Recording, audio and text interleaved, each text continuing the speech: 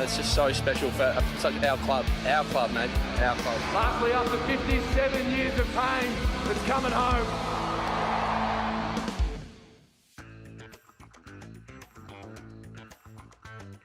Hey there, TJ here, and welcome to Yeahthedees, where we look back at our round 13 clash against Collingwood on Queen's birthday, and I always look forward to the Queen's birthday clash. First time back to see it live since 2019 at the MCG. Huge crowd, everyone gets around it and supports the cause. Over $2 million raised, which was incredible to see. The sea of blue beanies across the entire ground was incredible to view. So, you know, two groups of people split across two teams, but united through a cause is always nice. I enjoyed the slide, especially Nita with the Braveheart makeup. I thought that was awesome, and it's always great to see Chris Cheney from the Living End perform. We had a few changes in our team before this game. Disco Turner made his debut. Michael Hibberd came in with Adam Tomlinson and Jaden Hunt being omitted. Jamie Elliott was a big in for the Pies for this week. Now, usually I just go through the VFL at this stage of the video, but I've decided I'm going to start doing that at the end when I talk about changes for the upcoming game and things like that. So let's start with the first quarter. We started with an interesting mix in the centre square. It was Gawn, Oliver, Petrarca and Cozzy Pickett. We get our hands to the ball first, but couldn't quite get the clearance. Pies break away and launch the ball inside 50. Disco Turner gets the first spoil of the game. Welcome to the AFL, you're involved already in the first minute. So that was a good start for him. I thought he did really well throughout the game. We get our first goal through Bailey Fritsch off some great running play. He snaps truly from about 35 metres out in the pocket to put our first goal on the board. I found it interesting that as soon as this goal was scored, Ben Brown went to the bench, Max Gawn went forward, and we put Luke Jackson in the ruck. He was back on after a few minutes, and Gawn went up the ground, which was good because he got the opportunity to take a lead, which he slipped, but then was still able to get in front of Darcy Moore and took a juggling mark. He went back and slotted through the first goal, so it was a great start for Big Ben Brown, who's had a few quiet weeks. He took a really nice mark on the wing later in the quarter as well. James Jordan's goal here came from a 50-metre penalty from Jamie Noble not standing on the mark after being told to stand. Jordan slotted it through and also had a really good game. We had a very accurate first quarter. You could sort of see that we were lowering the eyes a bit more and making a bit more of a concerted effort inside 50. So 3 goal scorers, Ben Brown, James Jordan and Bailey Fritsch. So we kicked 3-1-19 to Collingwood's 5 points. They hit the post twice with their efforts in the first quarter. We go into the second quarter with a 14-point lead. Collingwood get the first of the second quarter through Jack Ginnivan, and watching this guy play, you can just see how the Collingwood fans love him, and he just irritates everybody else. It's so obvious to see. He's pretty much Collingwood's Cody Waitman, you know, with the ducking and the tackling and all that sort of stuff. In between that goal and leading into Clayton Oliver's, Luke Jackson gets a great holding the ball call on Mason Cox. He kicks forward to Salem, who bombs it into 50 to a pack of players. It goes to ground. Oliver has this incredible first touch where he picks the ball up super clean and slots through another goal. Our next goal comes shortly after from Ben Brown, where he collects an errant handball from Quainer and just snaps it through right away. He was tackled by Darcy Moore as he kicked it, who landed on top of him. Clayton Oliver wasn't too happy about it, pulls him off, and a bit of jumper grabbing and pushing sort of happens for a little bit. I felt like sort of this first 10 minutes of this quarter, we sort of started to get the game looking a bit more like a Melbourne game, but unfortunately it was short-lived. I'm not sure why Brodie Myercheck was being defended by Luke Jackson when he took the mark for this goal here, but that happened to be what he was lined up on him, so he was able to go back and square up their second goal. Max Gawn came off for an injury, so he was really banged up this game. His back was sore, his knee and ankle was all banged up, and now we've come to find out that he's going to be missing for 3 to 5 weeks with syndesmosis, whatever it is. There's some mouthing off towards the Collingwood bench at this point. Goodwin said there was something coming back his way, but yeah, there's not really been anything revealed as to what was said. But I felt like the effort in this quarter was pretty good. Myercheck was able to kick another one in this quarter. Effort was there, but yeah, still a little bit lucky with how Collingwood were kicking, because they kicked 3-3 for the quarter 21. We kicked 2-3 15. So halftime scores are 5-4 34 to 3-8 26, and Collingwood probably should be up by a couple of points rather than us being up. But it's been an absolute cracking game of football so far. The first half was incredible. Great pressure from both sides. Really great effort from both sides. But let's get into the third quarter. We start the corner well with a huge 40-metre Viney snap. He absolutely made something out of nothing here. Darcy Moore intercepts a really poor inside kick 50. I don't know how he doesn't see Cozzy Pickett, but he kicks it right into him and Cozzy's able to snap it back over. At this stage I was like, oh, at least we've come out well and put the first 2 on the board. So it wasn't a lead that I was comfortable with, but it looked like, we possibly might not get a repeat of the last couple of weeks where we just faded away in the half, but unfortunately, I was thinking that a little too soon. When Cozzy kicks this goal, we're 20 points up with 13 minutes to go in the third. We then go on to kick 5 or 6 consecutive forward 50 entries that just go directly to opposition players. Mason Cox starts taking some of these grabs from these wasted opportunities and just starts to suck the momentum away from us. There was a lot of bad decisions or wishful kicking that crept back into the game in that quarter where we had been a lot better, looking for targets short and hitting those targets short. Yeah, so there was a pretty harsh call on Jake Lever, which led to Bo McCreary's goal. Like, they said that he fended to put up, but really he was just kind of defending himself into the tackle with absolutely no prior. So a bit harsh, but yeah, he goes back and kicks the goal and good on him. And then, yeah, Mason Cox comes out and kicks a centre clearance goal, which I've never seen him do in his life. I don't even think he would even do it in his dreams, but whatever. He just managed to get on top of Gawn. On that quarter, he stepped all over him, and Gawn comes off again. Soon after that, Daniel Turner gets absolutely KO'd. He clashes heads with Jamie Elliott, and he's off with a concussion. Turns out he's copped a facial fracture, and then Jamie Elliott goes on and kicks this goal for the Pies. So yeah, just really unlucky with how things are going. Like, you have 2 people clash heads, and then one of the players that he clashes heads with ends up going on to kick a goal while he's, in pain on the side, and then Harrison Petty cops a head knock as well, and then he's off the ground for the rest of the quarter. And also for the start of the fourth, we kicked 2-2-14 to Collingwood's 3-2-20. So they've won those last 2 quarters, not by too much, but 5-6 points in each of those quarters. So we're going into the fourth quarter 2 points up. But yeah, let's just go over the fourth quarter briefly.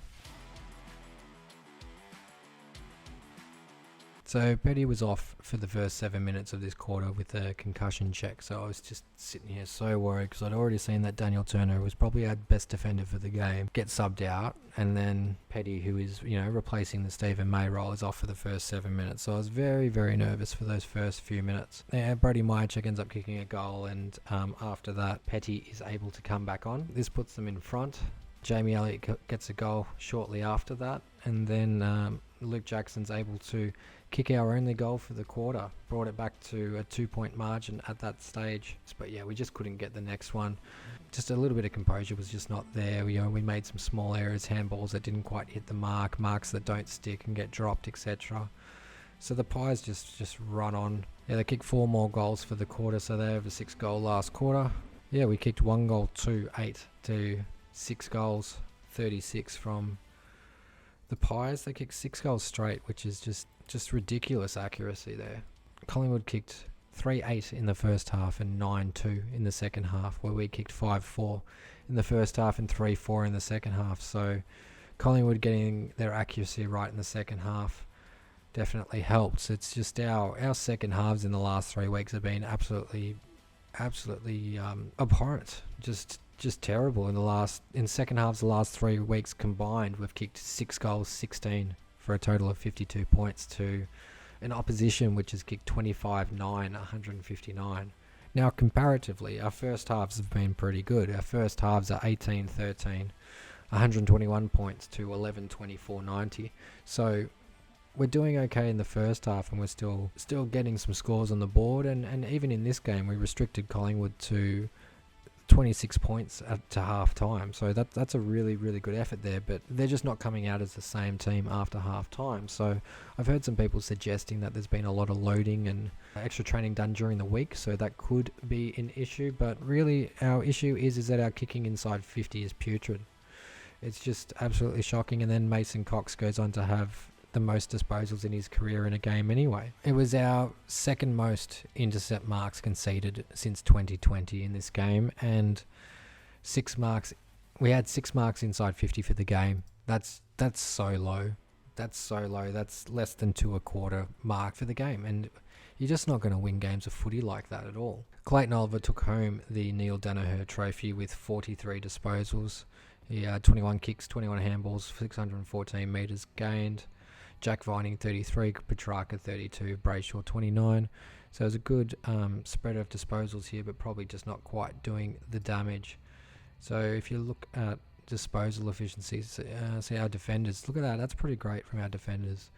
Petty, Turner, Salem all had 100% disposal efficiency. Ed Langdon only had the 10 disposals. He was held by Steele side bottom pretty well throughout. Tom Sparrow was at 94% disposal efficiency, and he had it like 2 really horrid handballs which turned into bad turnovers. So the rest of his game was really, really good. I know he's been a bit of a scapegoat because of he's just made 2 bad handballs in real crucial times, but look, 94.7% efficiency, 83.3 kicking efficiency. So like tries hard and does well. So he weren't actually too poor in our efficiency with our kicking. It felt like it was because of how much it was turned over inside our forward 50.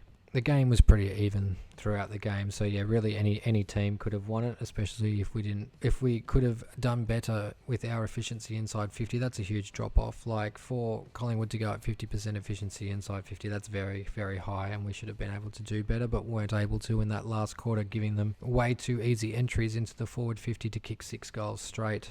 But if you look through the rest of the stats, it's all pretty even outside of marking, which we were just absolutely bent over for.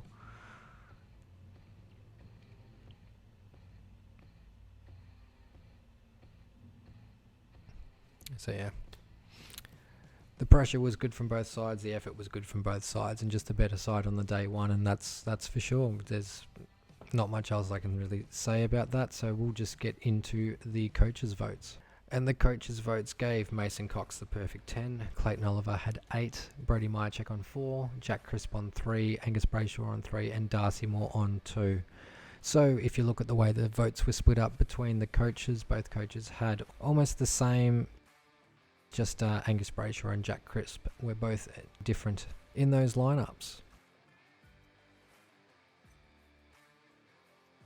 As for my votes, and I gave 1 vote to Christian Petrarca.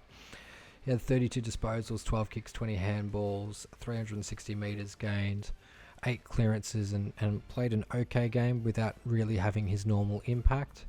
Gave Disco Turner 2 votes. I thought he was pretty great in defence, especially early. He didn't get a lot of disposals, but he did get a lot of spoils, and the difference really in the game happened once he was off the ground.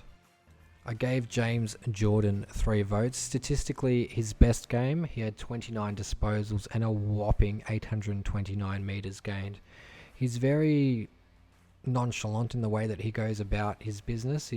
We don't notice that he's the one getting it that often and booting it down the ground. Gave 4 votes to Jack Viney. He had a fine game with 33 disposals, 12 tackles, 3 clearances, 425 metres gained. He's just an absolute bull and is keeping us in these games at times. Gave the 5 votes to Angus Brayshaw, who was putting together a very fine season. 29 disposals, 400 metres gained. He had 3 tackles himself, as well as 6 intercept marks and 11 marks, and with 13 intercept possessions. So if it wasn't for him, we definitely would have gotten beaten by a lot more. And then I had to give the 6 votes to Clayton Oliver. I think if you walk away with the Neil Danaher trophy and had 43 disposals, 6 clearances, 614 metres gained, he was our most dangerous midfielder and really kept us in the game. So if we go across to the leaderboard, we have a clear leader with Clayton Oliver on 41. Followed by Christian Petrarca on 34, the suspended Stephen May on 28, Angus Brayshaw has shot up to with 26 votes, and then we've got Max Gawn and Jack Viney following on 21, along with the rest of the crew. As for the VFL, and the Casey Demons got the job done against Collingwood down at Casey Fields by 52 points. It was a very enjoyable, the first half was a very enjoyable game because we absolutely came out and smashed them. 11-3, 69 to 2-5, 17 in the first half, and then it just absolutely pissed down in the second, and maybe it was towards the end of the second, and just basically ruined any flow for the rest of the game. If you get a chance, worth a watch of this first quarter. It's nice to watch 11 goals in a half, and it was shared around as well. So only 2 people kicked multiple goals, and that was Jacob Van Ruin and Mitch White, who kicked 2 goals. Luke Dunstan stood out with 38 disposals. Some of them were poor disposals, but overall had a good game. The best moment was he had a burst out of centre clearance goal from 45 metres that was very AFL Grand Final-like from the boys last year. So they looked good. I was also once again very impressed with Tajway Woden, who was able to kick a goal. He looked good. Weed looked okay. But nothing amazingly special. But yeah, we had no Oscar Baker, no Adam Tomlinson, no Cade Chandler or Majak Dor in this side. People that could possibly come back. Well, we know that Max Gawn and Disco Turner will be coming out of the side. So you'd say Stephen May and either a Sam Wiedemann to help Luke Jackson in the ruck, or maybe Majak comes in. I don't know. I've always seen him as a break glass in case of emergency type player, and maybe Gawn being down for a few weeks is an emergency. So they could possibly help out from there.